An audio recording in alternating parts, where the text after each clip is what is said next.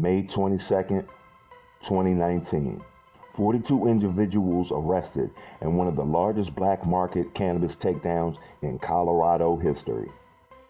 Joint investigation by DEA, 18th and 17th Judicial Districts identified approximately 240 residential grow locations.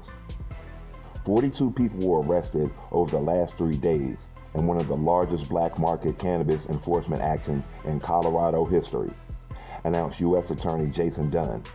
DEA Denver Division Special Agent in Charge William T.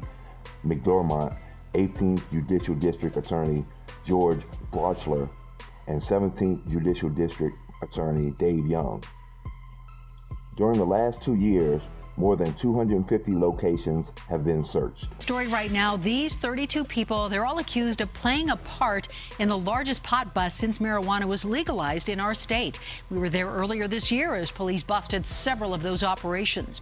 Local law enforcement calling us essentially the black market for the rest of the country. Well, 7 News reporter Jennifer Kowaleski is live where one of those busts happened. And Jen, some of the details from those busts just coming out now. And these guys were bold, accused of using skydiving planes and cars to traffic tens of thousands of pounds of pot out of state.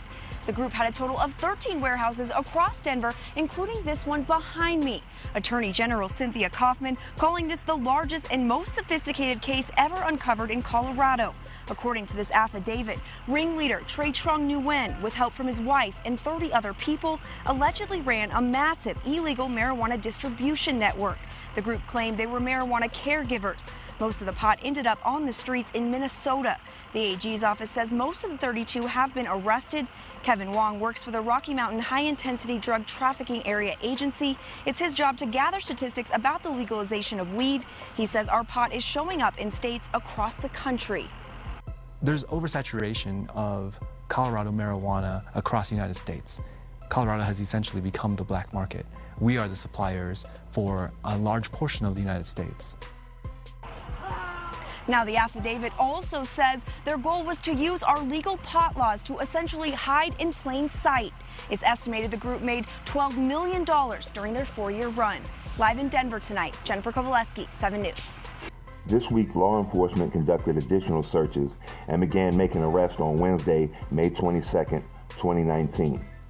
Of those arrests, as of Friday morning, 26 were state defended and 16 were federal defendants. The federal defendants charged with offenses involving 100 or more cannabis plants face a minimum mandatory sentence of 5 years imprisonment and a maximum of 40 years of imprisonment.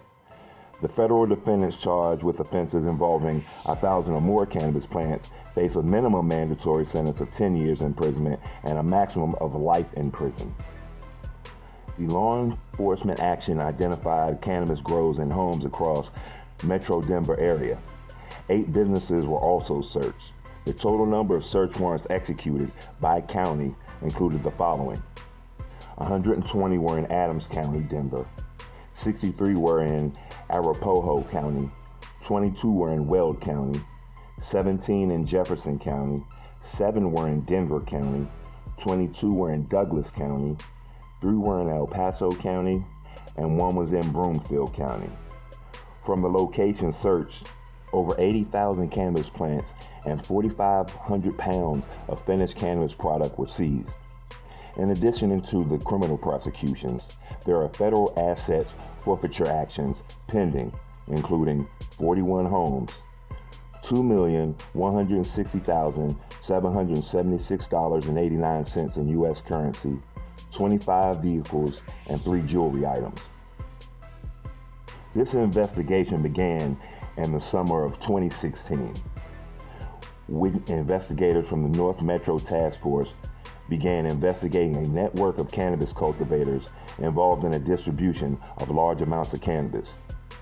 The grows were found in basements of newer homes in fairly upscale neighborhoods. The grow areas are generally in sealed basement rooms. Large commercial charcoal filters are often used to remove the cannabis odor. Some growers vent air late in the night to prevent investigators and neighbors from detecting the odor.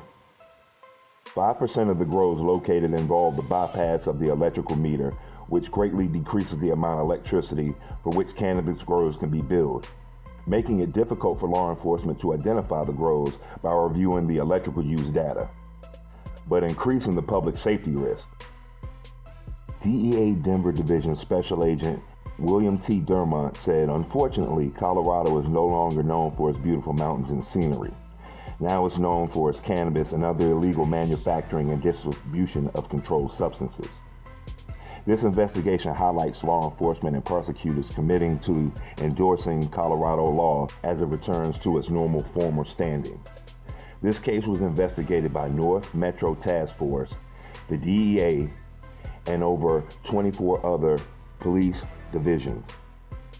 The federal defendants are being prosecuted by Assistant U.S. Attorney Aaron Tannenbaum and Barbara Scala. The related forfeiture matters are being handled by Assistant U.S. Attorney Elizabeth Young and Tanya Andrews. The defendants are presumed innocent until proven guilty, and the trial is still pending.